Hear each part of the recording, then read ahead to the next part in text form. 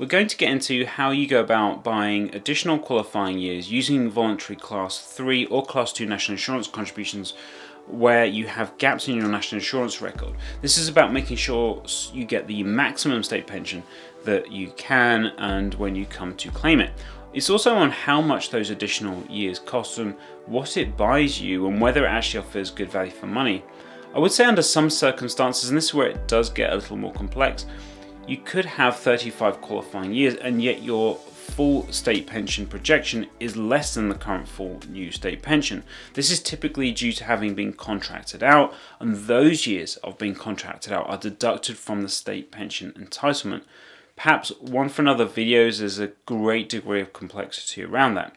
It's also worth me mentioning here that once you meet the 35 qualifying years requirement, you cannot get any more state pension than this. So in truth, beyond those 35 years, any more national insurance that you pay does not get you any more additional state pension. Likewise, if you have the full national insurance record, then you wouldn't look to buy any more. Added to this, it's absolutely imperative that you, before you send any money to HMRC, that you check that you would actually benefit from buying additional years. And I'll go into how you can actually check this. There was some controversy around this a few years back when voluntary Class 3 contributions were being made by individuals and it wasn't adding any additional years. Then it got a bit nasty when HMRC refused to actually refund that money back to those people. However, I understand this was all rectified and refunds were made back to individuals where they made those contributions that didn't get them any more state pension. So let's have a little reminder on where you can find your national insurance record and your forecast. And you can get this, and all the links will be below, by going via the government gateway, by calling or writing, and this will show you your record of how many full years you have and also show you where the gaps are. It's definitely worth checking those gaps in case there is an error or where you potentially should have received national insurance credit. National insurance credit could have been due if you were on universal credit, carer's allowance, or working tax credits. Basically, you need 35 qualifying years to get the full new state pension, or at least 10 years to get something. It's possible that you might have gaps in your record if you were employed but had low earnings, you were unemployed and you were not claiming benefits, or that you were self-employed but you did not pay any contributions on small profits, or you were living abroad.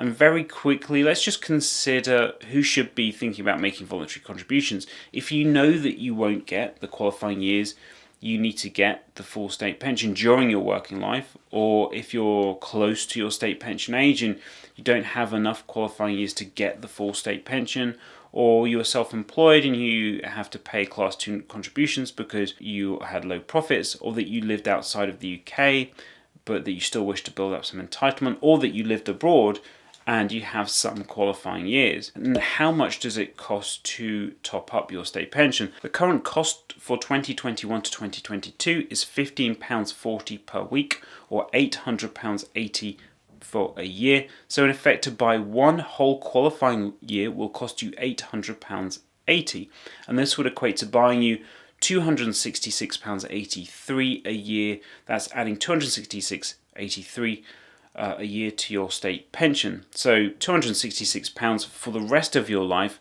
for a cost of £800. You would only have to live more than 3 years to get your money back. If you do have gaps, then buying those additional qualifying years does seem to make sense.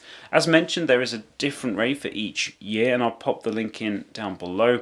For example, the cost for the previous tax year was 2020 to 21 was £15.30 per week. Also, if you have a part year, then you simply need to buy the weeks to make up the difference. For example, if you have paid some or partial national insurance contributions in 1 year, but not enough to get a full qualifying year, you can make contributions to top it up to bring it up to a full year. For example, say you have 42 weeks worth of national insurance contributions, then the additional 10 weeks would cost approximately £154 for this tax year to get the full 52 weeks. So let's have a look at the process for sorting all of this out. So first, you just need to check whether the gaps in your national insurance record can be filled and that there is a benefit in you doing so. The first step is to check your state pension forecast to determine whether or not you're on track to receive the full state pension. If not, then it's worth checking your national insurance record for those gaps. There are then two parts to the next stage, and that is to contact the Future Pension Centre, and I'll include the details down below, and they will guide you as to whether or not the gaps can be filled, and importantly as to whether it will make a difference to the amount of state pension you will receive.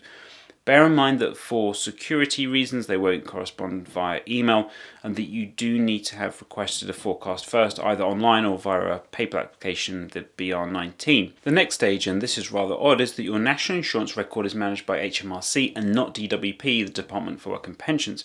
So any queries in terms of your national insurance record or to obtain the cost and payment methods for making voluntary national insurance payments need to go via them.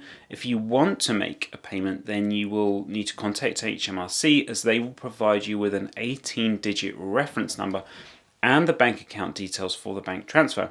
And lastly, bear in mind that it can take upwards of around 6 to 8 weeks before that payment will show on your national insurance record and obviously improve your pension forecast. Thanks so much for watching. I'll see you again soon. Bye.